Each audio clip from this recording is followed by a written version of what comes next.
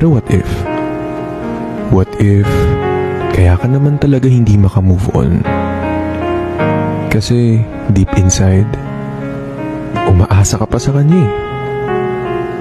Alam kong alam mo sa sarili mo yun, na kahit meron na siyang iba, wini-wish mo na sana ikaw yun.